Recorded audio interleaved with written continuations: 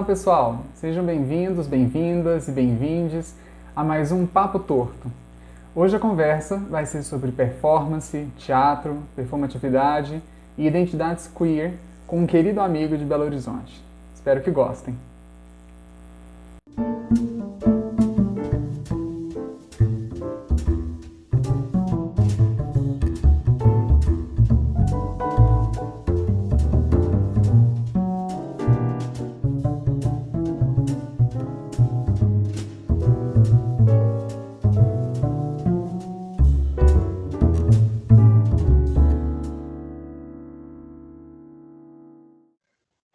Bom, Dave, muito obrigado pelo aceite do convite, né, para participar do nosso Papo Torto.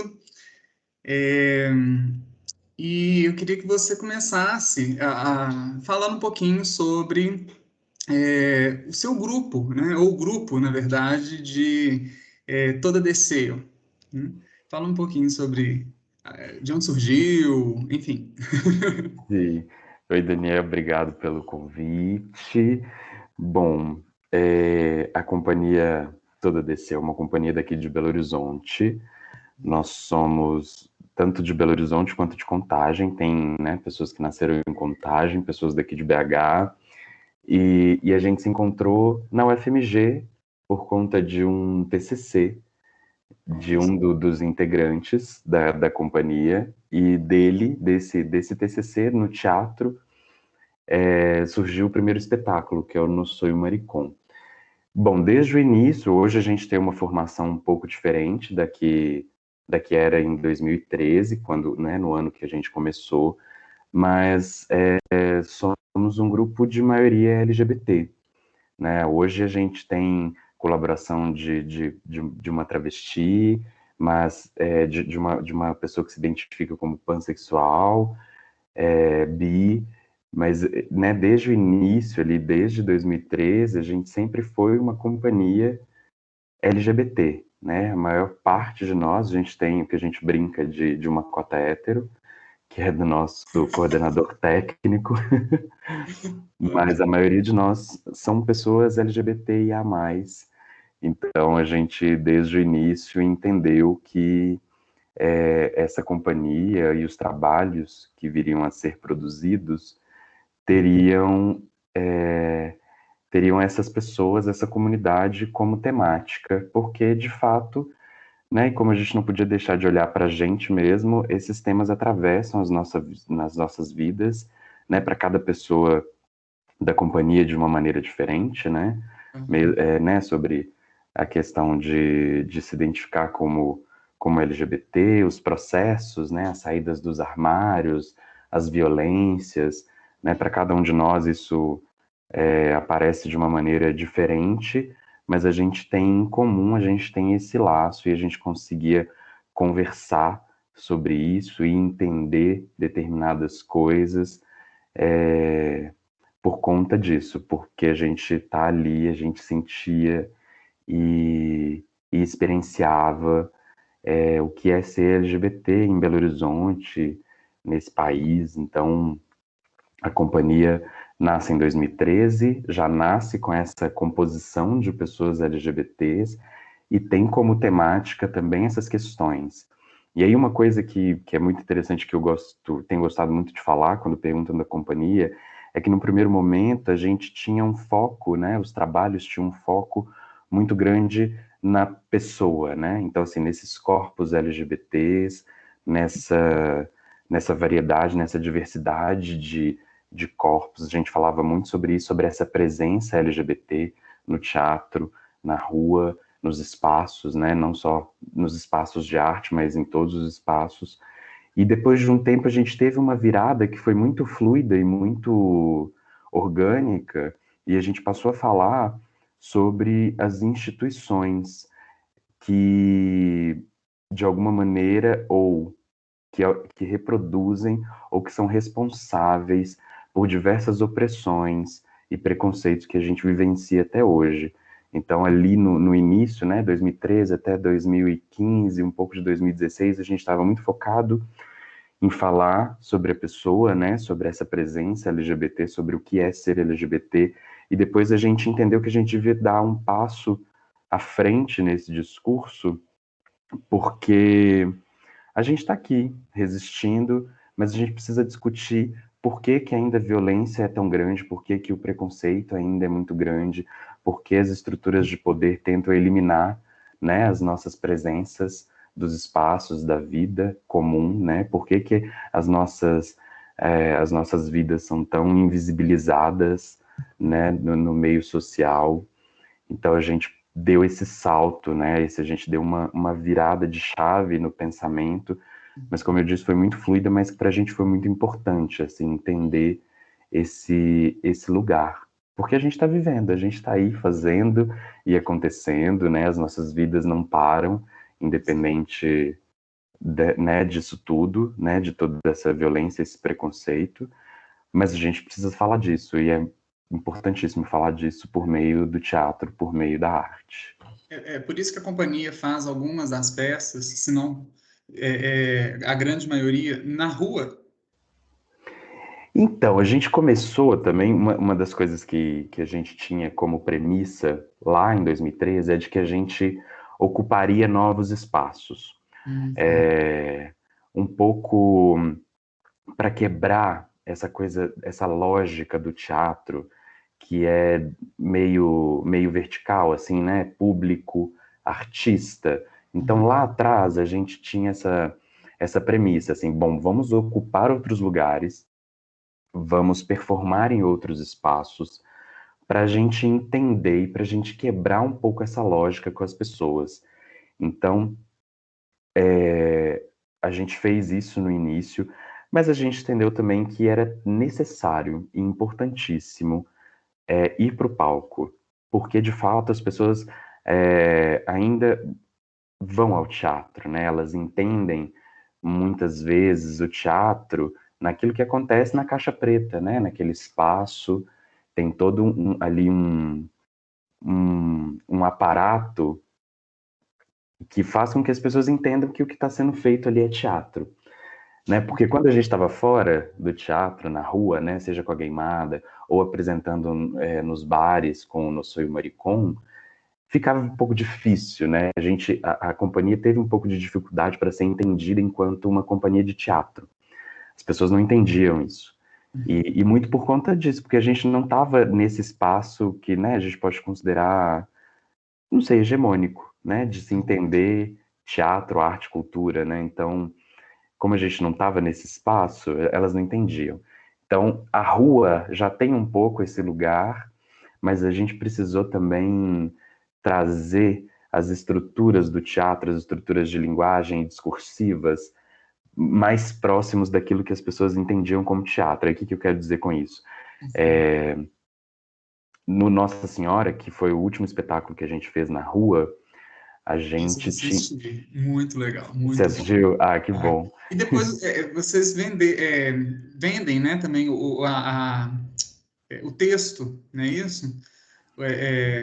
Eu, pelo menos, eu Sim, tenho. a gente publicou o Editora texto, né? Javali, se não me engano. Isso, a editora Javali. Ela fez uma coletânea que chama Teatro de Rua, e Isso. aí tem um texto nosso, não vou lembrar de todo mundo que está presente, mas eu lembro do nosso, né, que foi escrito pelo Daniel Toledo e de outras pessoas daqui de Belo Horizonte. E no Nossa Senhora a gente faz teatrão, é um melodrama, né, que é uma coisa muito presente para as pessoas, né, porque, enfim, a gente vive no Brasil e todo mundo já assistiu novela, então o melodrama é uma coisa muito presente na vida de quem é brasileiro, de quem é brasileira, e a gente estava ali cumprindo o que se espera de teatro, que é cenário, texto com diálogo, figurino e música. Então a gente cumpriu tudo isso com o Nossa Senhora do Horto, e acho que ali as pessoas começaram a entender um pouco mais o que a gente queria dizer, né, sendo essa companhia, falando sobre questões LGBTs e que isso é teatro. Né? Então acho que no início a gente dava um pouco o nó, que é incrível também pra gente, assim. E como é que você percebe que o teatro pode ajudar, então, não apenas na aprendizagem, né, do público com relação às identidades LGBTQIA+, mas também nos movimentos? nos movimentos de ativismo, por exemplo? Uhum. Olha, a gente vem tentando entender isso ao longo do tempo, porque mudou muito, né? Se a gente for pegar de 2013, né? Que tá logo ali, né? Há 8 anos atrás. Pouco se falava, né? Pelo menos dentro do teatro, sobre essas questões LGBTs. Então a gente estava ali no teatro tentando entender o que tinha sido feito, né, aqui em Belo Horizonte, né? Porque a gente tem exemplos muito de um destaque muito grande no Brasil, tipo Desi Croquetes, né, que eu acho que é a grande referência de um teatro, de uma companhia LGBT que a gente tem, mas a gente tem diversos outros artistas. Mas no teatro em Belo Horizonte, a gente ficava tentando entender como unir essa questão da militância com arte. Então, né, tem esse termo de artivistas, né, de artivismo. Então, a gente foi tentando entender, porque isso era muito novo para a gente em 2013, assim. E o que eu acredito, a gente é uma via de mão dupla, porque, de fato, a gente só conseguiu falar e trazer esses temas com uma certa clareza e né, no discurso e na possibilidade de comunicar isso para as pessoas que estavam nos assistindo por conta do movimento social, né? Então a gente teve que pesquisar, a gente teve que se entender, né, dentro disso, assim, o que a gente está fazendo, esse bando de viado, né, lá em 2013, se montando, o que é isso?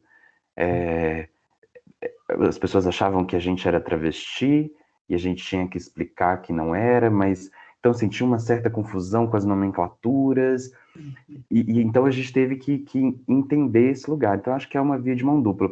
Para o movimento, eu acho que as artes no geral são importantes no sentido de que a linguagem, né, de que os discursos, eles, dentro do teatro, eles não são feitos de maneira tão direta. A gente consegue criar outras vias para conseguir falar de tudo isso, né? Então a gente consegue falar sobre preconceito, sobre violência, sem necessariamente nomear essa violência. Então eu acho que essa característica das artes de poder metaforizar os temas, alguns assuntos, alguns tabus, isso ajuda, faz com que as pessoas entendam as coisas sem esse preconceito que tem, né, em relação aos movimentos sociais, né, de serem muito duros, de terem um discurso que pode ser considerado pouco agregador, né? Então, eu acho que nesse ponto, né, ganham os dois, assim, a gente teve que estudar, a gente teve que entender o que era esse movimento LGBT no Brasil, todas essas letras, tudo isso, para que a gente pudesse construir os nossos espetáculos e sem ferir, né, as existências, porque o que a gente fala é que a gente jamais vai conseguir representar em totalidade, né, todas essas existências, essas experiências todas que a gente tem, né, que a gente vê, né, das pessoas LGBTs. Então, assim, a gente tem um recorte aqui, né, Sudeste, Minas Gerais, Belo Horizonte, um pouco do que se vive aqui. Então, para a gente é importante nesse lugar, assim, entender, fincar o pé, saber, né, de onde a gente está falando e como a gente vai falar e transmitir isso. Eu acho que isso, o movimento social, ele é muito importante para as artes, né? Acho que tem coisas sendo discutidas hoje que são de extrema importância, né? Por exemplo, o lugar de fala, né? Eu acho que isso foi muito importante, isso é uma coisa que o movimento social traz para a gente das artes, né? E você vê hoje nitidamente, assim, quem está fazendo teatro, como que isso é uma questão muito pertinente e que vai ser uma peça chave na construção de dramaturgia, da encenação. Então, acho que tem um pouco isso. Ah, que legal. E a gameada nessa dinâmica toda? Como é que ela surgiu? Como é que ela funciona, na verdade, né? Uhum. Cara, a Gueimada é das coisas mais bonitas, assim, pra gente, porque foi uma coisa muito espontânea. A gente tem um projeto que chama Chá das Primas. E isso lá, quando ele começou em 2015. E a nossa ideia era fazer com um encontro com pessoas LGBTs ou não nas praças. A ideia era fazer um chá mesmo, assim, convidar as pessoas para levar suas toalhas, levar comida, bebida e a gente se encontrar e conversar para ocupar esses espaços. Foi uma primeira ideia, isso lá em 2015. No primeiro encontro, de todas as conversas que surgiram, teve um grande amigo nosso que falou assim, poxa, na escola eu tinha um grande problema com esporte, porque eu não gostava de futebol, não gostava de basquete, nem de handebol, eu queria jogar queimada e queria jogar vôlei. E por conta disso, eu era sempre taxado de viadinho do colégio. Aí acabou, todo mundo a mesma coisa. Pô, eu também adorava jogar queimada, adorava jogar queimada, e sempre tinha essa coisa do viadinho do colégio, do voleibol, da queimada. E aí deu o clique, assim, a gente falou, poxa, a gente tinha que fazer uma queimada. E aí o nome é claro, né? Fica até difícil falar queimada hoje, porque é queimada. Já pra gente já foi assim, quase natural, assim. Então vamos fazer uma de gay.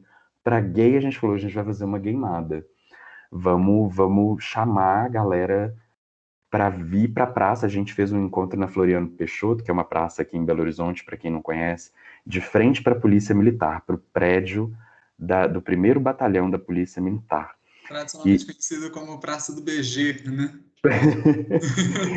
e aí ali, em julho, talvez, eu não vou me lembrar se junho ou julho, a gente fez a primeira edição. E aí De foi isso, assim. 2013, perdão. Não, isso foi em 2015. Isso já em 2015. 2015. A Gameada é o nosso segundo trabalho.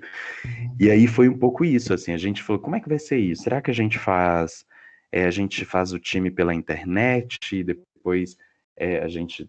Aí, enfim, tudo que a gente planejou deu um pouco errado. Mas quando a gente chegou montadas na praça e a gente ficou meio horrorizado porque a gente, né, ainda existia evento no Facebook, né, que dava para convidar as pessoas e funcionava, quando o Facebook ainda funcionava, a gente achou que ia dar umas 100 pessoas, umas 150 pessoas, das pessoas que conheciam a gente do teatro.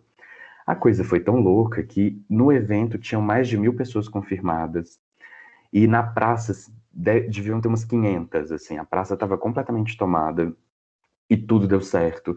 As pessoas que queriam jogar, elas formaram os próprios times, e a gente foi jogar. E é basicamente isso, assim, a gente não tem muita burocracia com a Gameada, a gente precisa de um espaço público para que ela aconteça. Nós, da Toda Desceu, a gente até joga, mas inicialmente nós somos as pessoas da organização, então a gente tem a juíza, a gente tem as líderes de torcida e a gente também tem uma DJ. E a gente conduz essa intervenção, que a gente chama inclusive de intervenção performática, no espaço público, e é isso, assim, a gente chega, lá atrás, no início, a gente tinha uma coisa que era muito, muito precária, mas muito maravilhosa de ser feito, que era isso, assim, a gente levava a nossa caixa de som, a gente chegava num espaço, então, né, Belo Horizonte, por exemplo, debaixo do viaduto. Então, quando não tinha apoio de nenhum evento, né, tipo a virada cultural ou Sesc, outra coisa, então a gente fazia. A gente levava a caixa, plugava o som e ali deixava o pau quebrar. A gente formava os times, né? A gente tem uma das nossas amigas que participa, né, que é a Ídila, ela fica responsável pela inscrição dos times que são feitos na hora. Então as pessoas chegam, inscrevem seus times de 8 pessoas e elas vão jogar. E aí, das coisas mais lindas, assim, porque a gente teve edições completamente lotadas, cheias, com muita gente, os times que já faziam uniforme para jogar, levavam bandeira, então tinha toda uma comoção, assim, e torcida, e nada mais é que o jogo de colégio que todo mundo provavelmente brincou durante a infância e adolescência, que era a queimada aqui em Minas, né? Não sei como, por exemplo, é em outros lugares de Minas, mas aqui, né, nesse centro-sul aqui, queimada, a gente sabe que no Nordeste tem o nome de queimado ou baleado, Tem vários nomes pelo Brasil, assim, mas é esse jogo que todo mundo sabe e provavelmente já brincou em algum momento na infância, só que com um pouco mais de close, maquiagens, perucas, muita coreografia, que a gente é dessa, a gente tem todo um roteirinho também, e a Ah, gente se apresenta, né? A gente tem que apresentar a juíza, as líderes de torcida, a nossa DJ, e é isso, música no talo, para as pessoas se divertirem. Quem não joga, tá jogando também, assim, então tem que ficar esperto, porque a bola pode ir em você a qualquer momento, então você tem que ficar atento.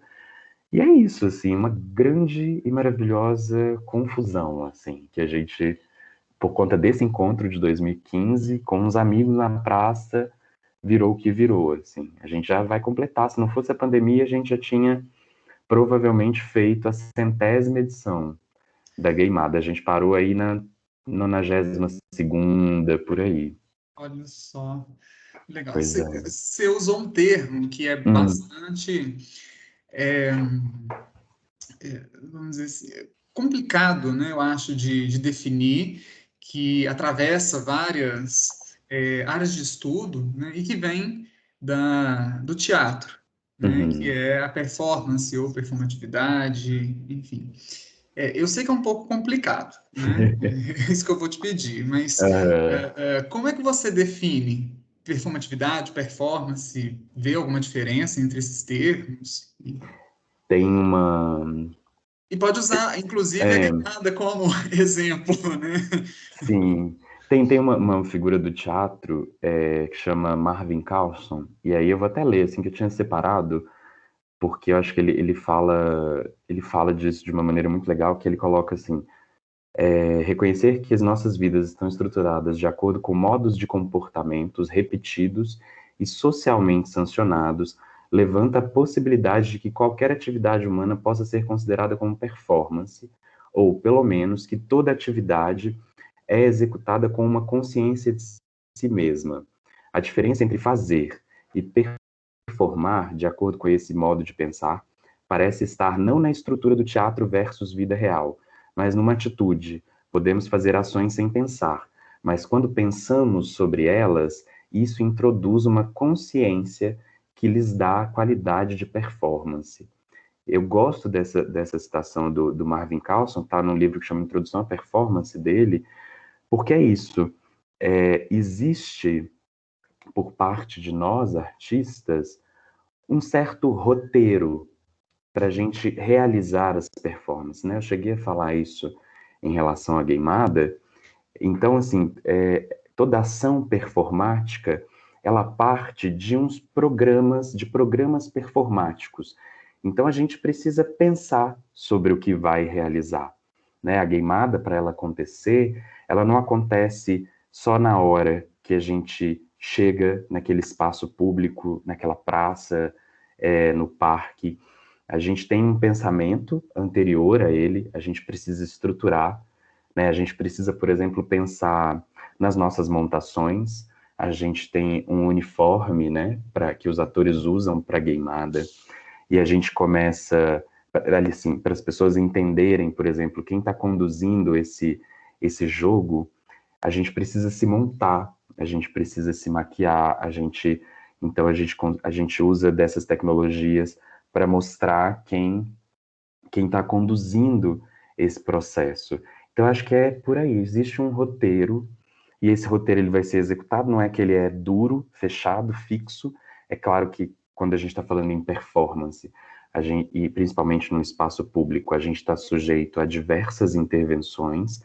Então, a gente, né, como artista, a gente precisa estar ligado, né, no que está acontecendo ao nosso entorno, ao nosso redor, mas a ideia é que a gente consiga cumprir esse roteiro, esse programa performativo, para que a performance se dê, para que a performance aconteça, para que a gente consiga de fato deslocar, né? O que a gente quer com a performance é um pouco deslocar esse olhar do espectador para uma situação que ali vai ser extra cotidiana, né? A gente eleva um pouco essa situação, né? Se a gente pega as questões LGBTs, então a gente eleva isso para que as pessoas consigam perceber o que a gente quer com a Gaymada. Então, a gente ali montados, maquiados, quando entra a Nícari, que é uma travesti que trabalha com a gente, então, quando ela entra fazendo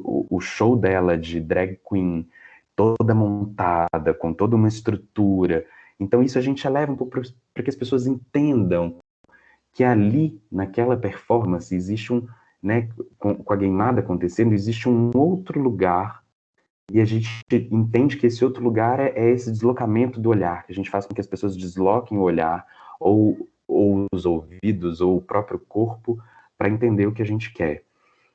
E a performatividade tem um pouco esse lugar do que não necessariamente está sendo roteirizado, não necessariamente tem consciência, não necessariamente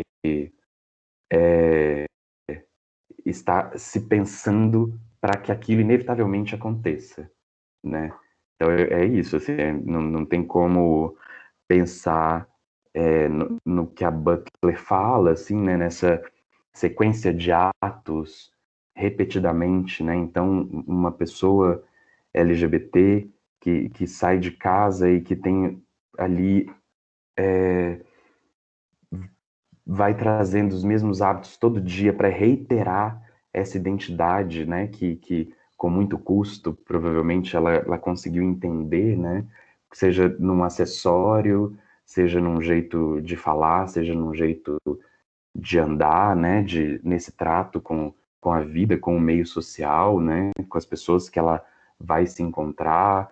Enfim, acho que tem um pouco esse lugar. Assim, eu acho que talvez, bem grosso modo, assim, o que a gente pode considerar de diferente seja esse roteiro, esse pensamento sobre a performance, né? Sobre o ato artístico, sobre essa intervenção artística. Uhum.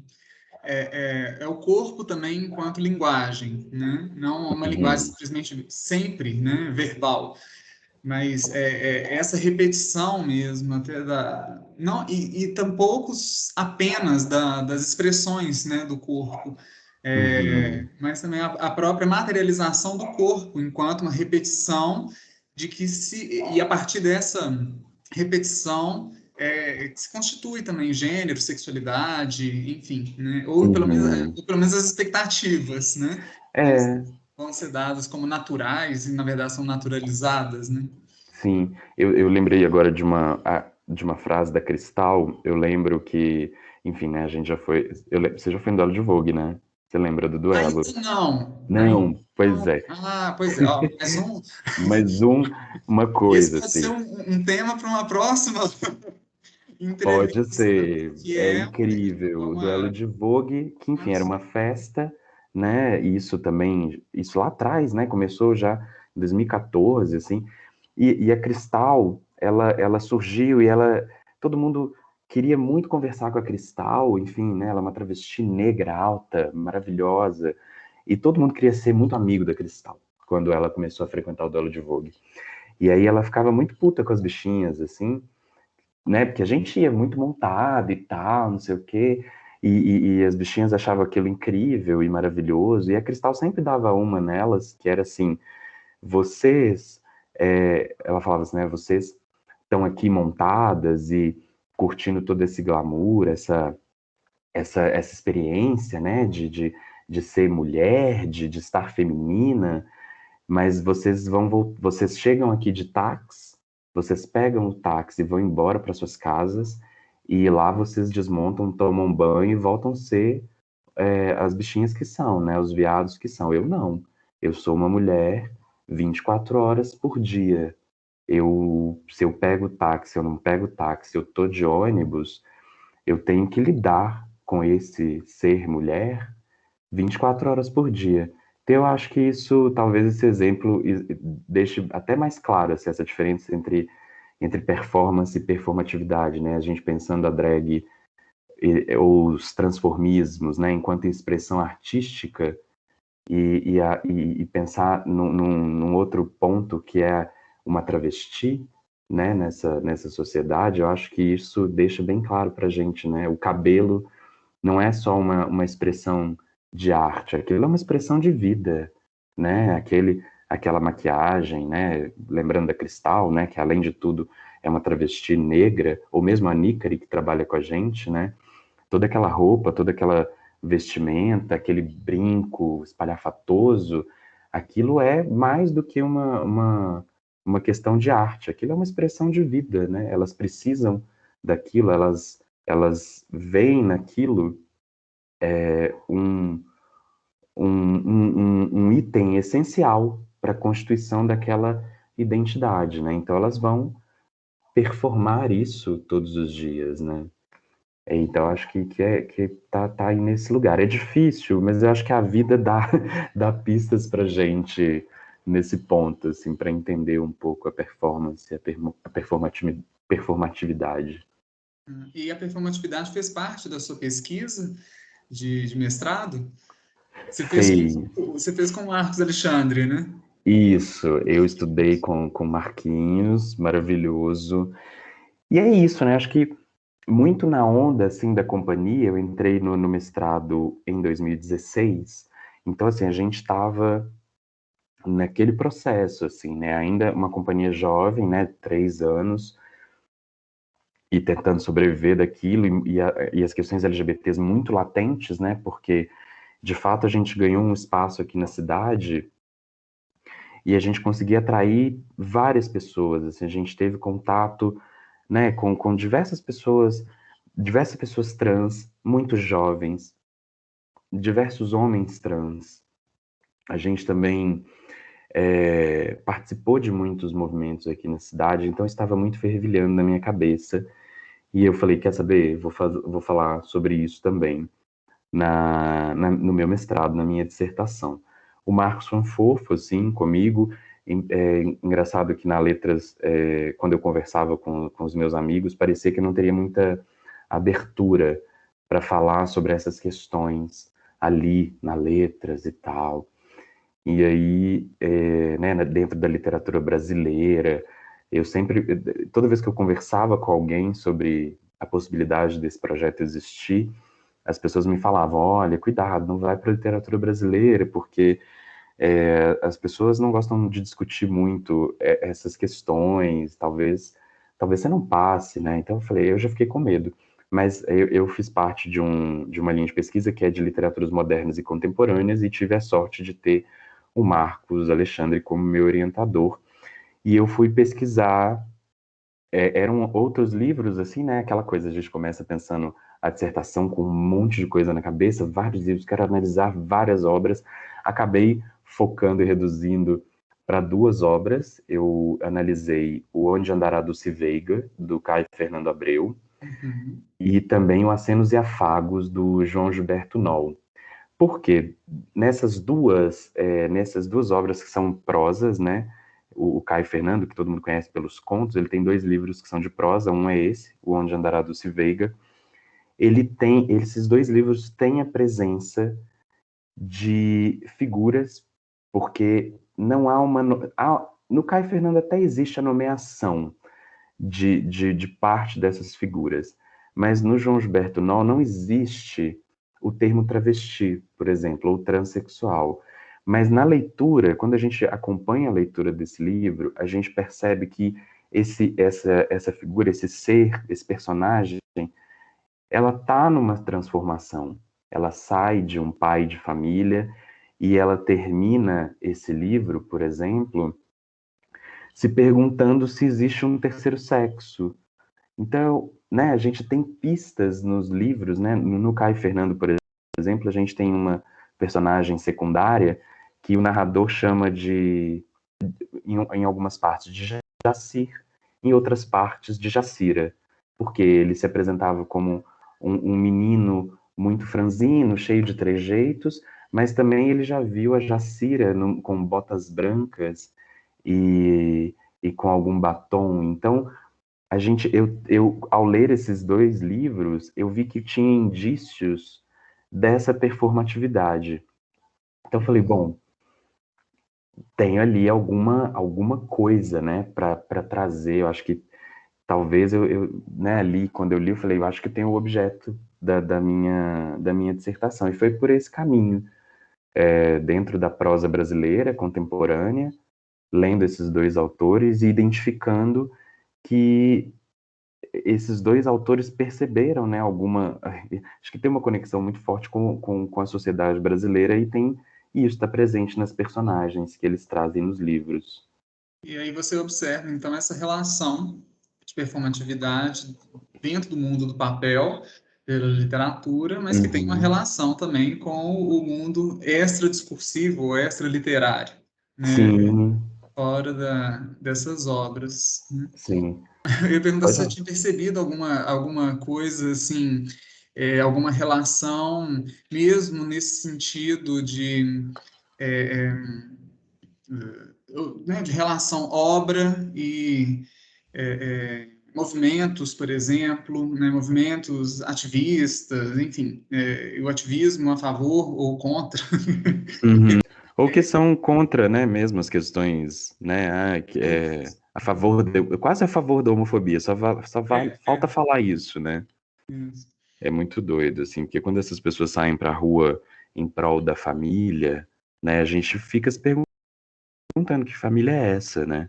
Acho que é inevitável, assim, toda vez que eu vejo, por exemplo, eu sou a favor, né, o nosso ilustríssimo presidente tem muito essa fala, mas as pessoas que o acompanham também, né, que são a favor da instituição, da família, e eu fico vendo, assim, por exemplo, né, o Caio, e é uma figura que escreveu ali, né, final dos anos 80, 90, o Dulce Veiga já é na década de 90, e eu acho que ele já entendia esse lugar, assim, ele já questionava essa instituição, ou como essa instituição ela é muito nociva às pessoas de um modo geral, assim, não só as pessoas LGBTs, ele não só escrevia com esse intuito, assim, né, o Caio tem uma prosa e contos que não são só sobre pessoas LGBTs, né, ele tem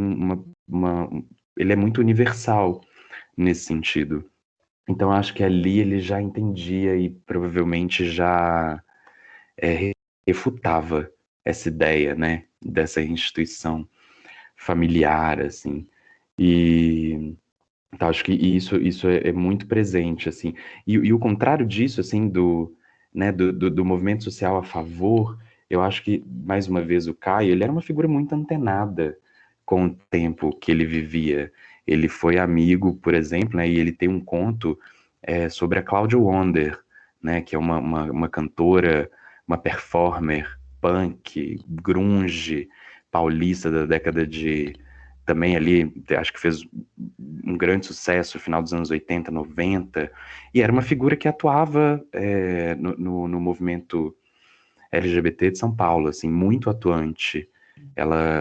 Eu não vou me lembrar, mas ela foi responsável acho que por uma instituição de acolhimento de pessoas travestis e trans, mas eu não tenho certeza exatamente dessa informação, mas era uma figura muito atuante. E o Caio conheceu ela, escreveu sobre ela, então eu acho que isso é muito legal. Assim, você percebe que o autor ele não está afastado, né, desse mundo que ele vive, assim, tudo isso, né, não vou falar tudo isso que a gente lê, mas muito do que a gente lê existe uma referência nesse mundo, nessa sociedade, né? Então, ler o Caio é ler um pouco o que era esse Brasil da década de 90, né? Um Brasil que estava assolado, por exemplo, pela questão do HIV. E aí, no Caio, por exemplo, né? E ele foi uma pessoa soropositiva, você vê indícios, né? De uma figura no livro de uma das personagens que estava ali se deteriorando. Ele não fala o que é, mas, né, se você lembra do que aconteceu nesse país, nessa época, você consegue fazer um link muito, muito específico com as personagens. Eu acho que é isso, assim, né? A dissertação, ela está um pouco nesse lugar de, de tentar entender que essas obras, que esses autores, eles estão num contexto, eles escrevem dentro de um contexto. E isso é refletido, né?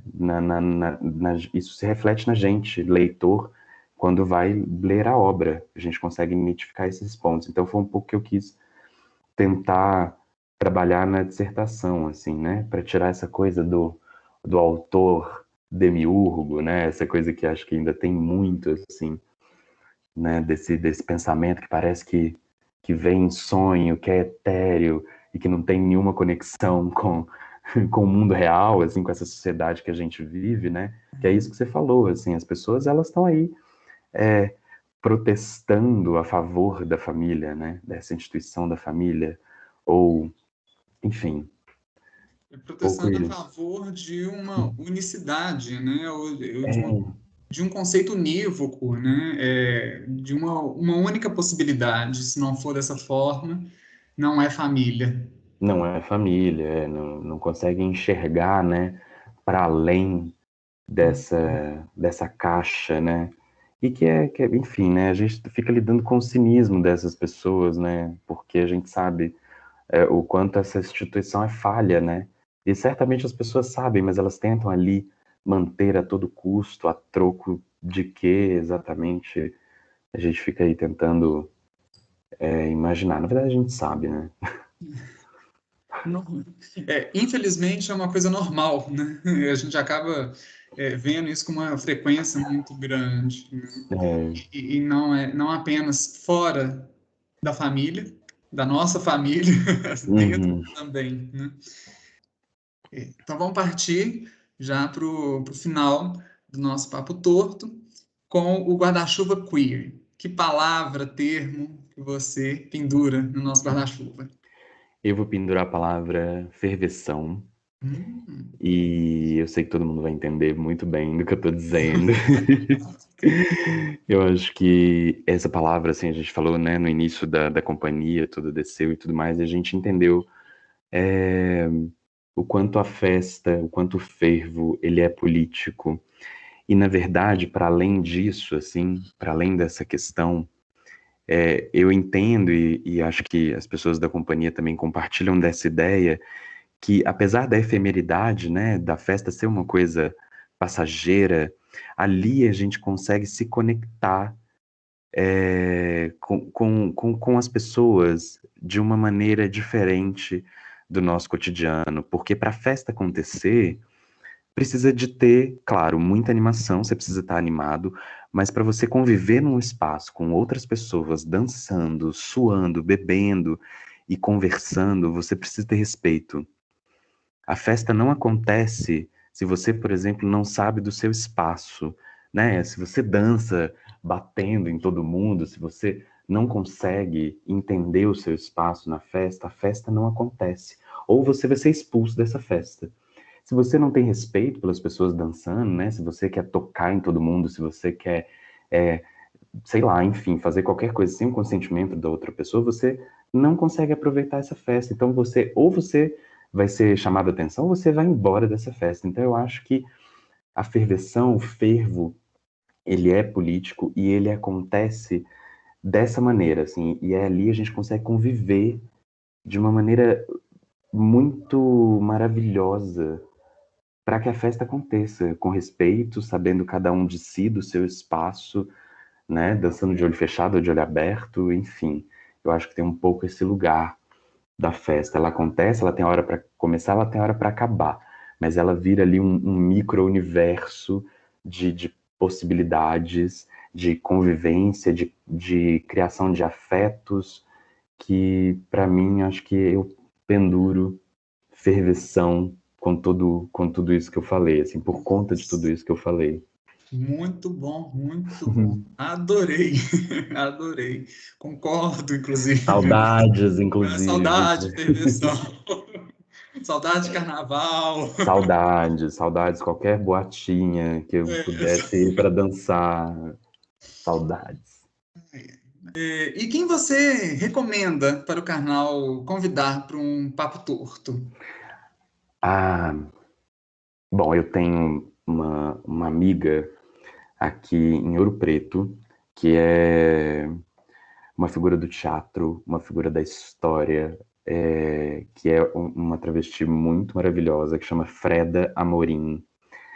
Ela professora, produtora, atriz, historiadora e agora doutoranda, ela vai ser doutoranda da Dodge Leal, lá acho que é Santa Catarina, então acho que é uma figura que tem muito para contribuir com o Papo Torto, assim, seja pelas vivências pessoais ou pelo trabalho, por exemplo, que ela realiza já faz alguns anos com a Semana de Diversidade de Ouro Preto, ou também com o Queer Lombos, que é uma plataforma de artistas, né, de artistas do teatro, artistas visuais, tem tudo, assim, é uma plataforma, é a primeira plataforma LGBT que tem, assim, né, que reúne um grupo grande de artistas, então ela faz parte dessa coletiva que chama Queer Lombos, então eu acho que é uma figura que pode contribuir muito para esse Papo Torto. David, antes de terminar, você gostaria de falar alguma coisa, deixar algum recado, um link pro Tudo Desceu? Que, aliás, adoro o nome, que faz uma referência fantástica com Almodóvar, né? Uhum. Ícone, né? Ícone, responsável pelo que a gente é, assim, nessa tentativa desse glamour, assim, dessa coisa colorida que ele sempre traz nos filmes. Uhum. Uai, bom, eu queria agradecer primeiro por ter me convidado para o Papo Torto, poder falar um pouco, né, da companhia que eu faço parte, da minha pesquisa dentro do mestrado. E é isso, acho que para quem tiver curiosidade para conhecer o trabalho da companhia, a gente tem usado bastante o Instagram. Tem Facebook também, mas a gente se comunica muito por lá, que é @todadeceu. Acho que não tem outro arroba como esse, então é fácil de achar. E é isso, lá a gente divulga os espetáculos, alguns têm sido feitos online, né? Então a gente conseguiu fazer alguma coisa nessa pandemia, convertendo tudo aí para o audiovisual, nessa tentativa, né, a gente tem chamado de experimentos audiovisuais, porque, enfim, o teatro online é uma questão, não sei se a gente compactua muito com essa ideia. Então é isso, os trabalhos estão lá, os nossos trabalhos, enfim, tudo que a gente é, assim, a gente vai postando os eventos, tá tudo lá, Instagram, @todadeceu, se quiserem curtir e seguir e acompanhar, a gente está lá. E é isso, existe cultura nesse país, existe muita coisa sendo feita em Belo Horizonte, então é bom reforçar isso. O fervo está garantido. Garantido, garantidíssimo, assim. Garantido. Tem uma coisa que eu queria muito dizer, Dan, desculpa, que a gente tem um espaço também na cidade de Belo Horizonte, que é a Gruta. Então, se quiserem conhecer também um pouco da sede da companhia, chama Gruta BH no Instagram, e fica também o convite para quando vierem para Belo Horizonte, para quando passarem por aqui e ver que tem alguma programação lá. Lá é um espaço, enfim, de arte, de música, de festa, então apareçam também. David, muito, muito obrigado por ter aceitado o convite. Fique à vontade quando você quiser usar o nosso espaço também para divulgar, para falar um pouco sobre o grupo, sobre as pesquisas, enfim, tudo. Tá? Tamo Fique aí. à vontade. Obrigado eu. Imagina.